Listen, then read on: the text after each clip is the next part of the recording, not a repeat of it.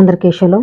ముందు వీడియోలో మోషే గారి గురించి కొన్ని విషయాలు చూసాం. ఆయన ఐగుప్తు దేశం నుండి కూషు దేశానికి రావడం అనేది జరిగింది.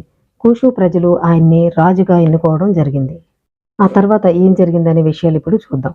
ఆ పట్టణంలోకి వారు లోపలికి ఎలా వెళ్ళారు, మోషే వారిని ఏ విధంగా తీసుకుని వెళ్ళాడు అనే వాటి గురించి ఇప్పుడు మనం యాషర్ గ్రంథం నుండి చూద్దాం. ఇలాంటి విషయాలు మీరు తెలుసుకోవాలనుకుంటే నా ఛానల్ని సబ్స్క్రైబ్ చేయండి.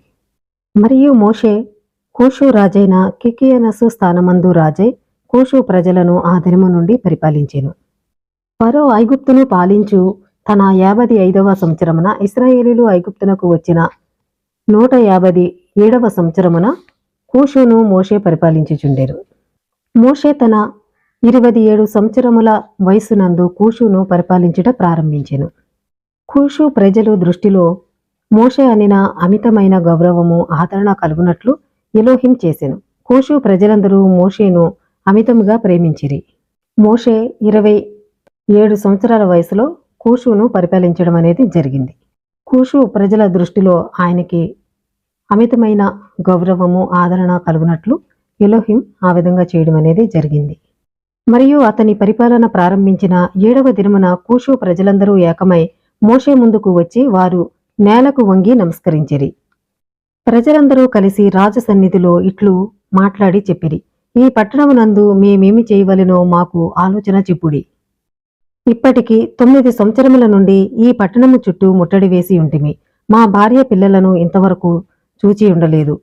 దానికి రాజుట్లు సమాధానము చెప్పెను, మీరు నా మాటలు విని నేను మీకు ఆజ్ఞాపించినట్లు చేస్తే ఎలోహిం ఈ పట్టణమును మన చేతుల యందుంచును. అప్పుడు వారిని మనము లోపరుచుకొనవచ్చును అనెను.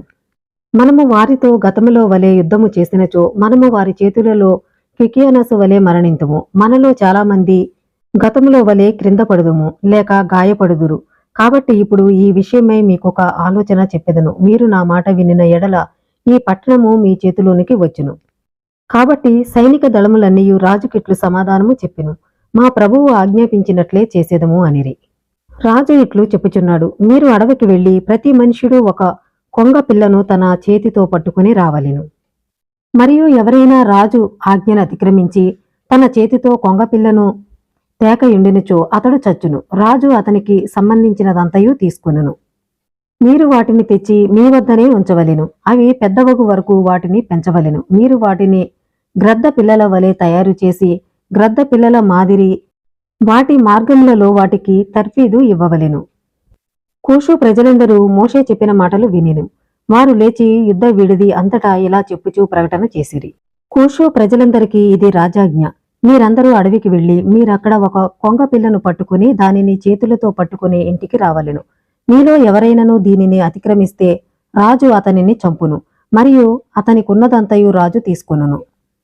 మరియు కూషు ప్రజలంతా అట్లే చేసిరి. వారు అడవికి వెళ్లి చెట్లు ఎక్కి వారు కొంగ పిల్లలను పట్టి ప్రతి మనుషుడు తన చేతిలో ఒక కొంగ పిల్లను పట్టుకుని వాటిని ఎడారికి తీసుకువెళ్లి రాజాజ్ఞ ప్రకారము వాటికి గ్రద్ద పిల్ల వలె తర్ఫీదు ఇచ్చి బోధించిరి.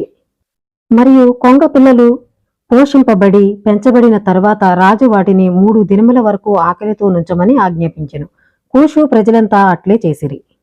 మోషేని రాజుగా నిర్ణయించిన తర్వాత ఆ ప్రజలంతా కూడా ఆయన దగ్గరకు వచ్చి వారు ఈ విధంగా మాట్లాడటం జరిగింది, మా భార్యలను పిల్లలను 9 సంవత్సరాల నుంచి ఇక్కడ ముట్టడి వేసి ఉన్నాము, కాబట్టి లోపలికి ఎలా వెళ్ళాలి అని ఆయన్ని సలహా అడగడం జరిగింది. ఆయన వారందరికీ కూడా ఒక సలహా ఇవ్వడం జరిగింది. మీరందరూ అడవికి వెళ్ళి ఒక కొంగ పిల్లను తీసుకుని వచ్చి వాటిని పెంచమని చెప్పారు. వాటిని పెంచి పోషించిన తర్వాత 3 దినముల వరకు ఆకలితో ఉంచమని ఆజ్ఞాపించడం జరిగింది. అలా ఎవరైతే చేయరో వారు చచ్చును అని అక్కడ ఆజ్ఞ కూడా ఇవ్వడం జరిగింది. ఆ ప్రజలంతా కూడా మోషే చెప్పిన విధంగా చేయడం జరిగింది. ఆ ప్రజలంతా అట్లే చేసిరి. మరియు 3వ దినమున రాజు వారితో ఇట్లు చెప్పెను, మీరు బలము తెచ్చుకొని సూర్యుల వలె నుండి ప్రతి మనుష్యుడు తన కవచమును తొడుగుకొని తన కత్తిని ధరించి ప్రతి మనుష్యుడు తన గుర్రముపై స్వారీ చేస్తూ తన చేతిలో కొంగ పిల్లలను తీసుకొనవలెను. మరియు మనము లేచి పట్టణమునందలి వారితో నాగుపాములున్న స్థలము నుండి పోరాటము చేయుదుము. కూషు ప్రజలందరూ రాజు ఆజ్ఞాపించిన ప్రకారము చేసిరి. మరియు ప్రతి మనుష్యుడు తన చేతిలో కొంగపిల్లను తీసుకుని వెళ్ళిరి. వారు నాగుపాములున్న చోటికి వచ్చినప్పుడు రాజు వారితో ఇట్లని ఆజ్ఞాపించెను, మీరు మీ చేతిలోనున్న కొంగపిల్లను తీసుకుని నాగుపాముల పైకి పంపుము అనెను. మరియు వారు రాజు ఆజ్ఞ ప్రకారము కొంగపిల్లలను పంపిరి. అవి నాగుపాముల పైకి పరిగెత్తి వాటిని మృంగివేసెను మరియు వాటిని ఆ ప్రదేశమందు లేకుండా నాశనము చేసెను. అప్పుడు రాజు అతని మనుషులు నాగుపాములన్నీ నాశనమగుట చూచి వారందరూ పెద్దగా అరచిరి. మరియు వారందరూ పట్టణమును చేరి వారితో పోరాటము చేసిరి. మరియు వారు ఆ పట్టణమును తీసుకొని దానిని వశము చేసుకొనిరి. వారు ఆ పట్టణమందు ప్రవేశించిరి. మరియు ఆ దినములలో చచ్చిన వారు 1000 మరియు 100 పట్టణ ప్రజలు. కాని ముట్టడి వేసిన వారిలో ఏ ఒక్కడునూ చనిపోలేదు. మోషే వారికి ఇచ్చినటువంటి సలహా ప్రకారం వారు చేయడం జరిగింది. అడవికి వెళ్ళి ప్రతి ఒక్కరూ ఒక కొంగ పిల్లని తీసుకుని రమ్మనడం అనేది జరిగింది. వాటిని పెంచి పోషించిన తర్వాత 3 రోజులు వాటిని ఆకలితో ఉంచిన తర్వాత నాగుపాములు ఉన్న చోట వాటిని వేసినప్పుడు ఆ నాగుపాములన్నిటినీ కూడా అవి తినివేయడం అనేది జరిగింది. ఆ తర్వాత ఆ నాగుపాములున్న ప్రదేశంలో వారు ఆ పట్టణంలో ఉన్నటువంటి ప్రజలతో పోరాటం చేసి వారిపైన గెలవడం అనేది జరిగింది. కూషు ప్రజలందరూ తమ తమ ఇంట్లకు వెళ్ళిరి. వారు తమ భార్య పిల్లల యొద్దకు వారికి సంబంధించిన వారి యొద్దకు వెళ్ళిరి.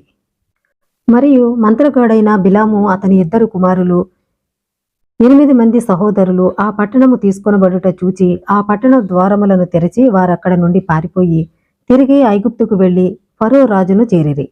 మోషే ఆయన సైనికులు ఆ పట్టణాన్ని పట్టుకోవడం చూచి బిలాము ఆయన కుమారులు ఆయన సహోదరులు అక్కడ నుంచి పారిపోయి మళ్ళీ ఫరో యొద్దకు వెళ్లడం అనేది జరిగింది. ఈ ధర్మశాస్త్రమందు చెప్పబడిన మాంత్రికులు ఇంద్రజాలికులు అందరూ ఎలోహిం ఐగుప్తు మీదికి తెగుళ్లు తెచ్చినప్పుడు వారు మోషేపై వ్యతిరేకముగా లేచిరి. కాబట్టి అలాగున మోషే ఆ పట్టణమును తన విజ్ఞాన వివేకములతో వశపరుచుకొనెను. మరియు కూషు ప్రజలందరూ వారి రాజైన కికియానసుకు బదులుగా మోషేను అతని సింహాసనముపై కూర్చుండబెట్టిరి. మరియు వారు రాజ కిరీటమును అతని శిరస్సుపై నుంచిరి.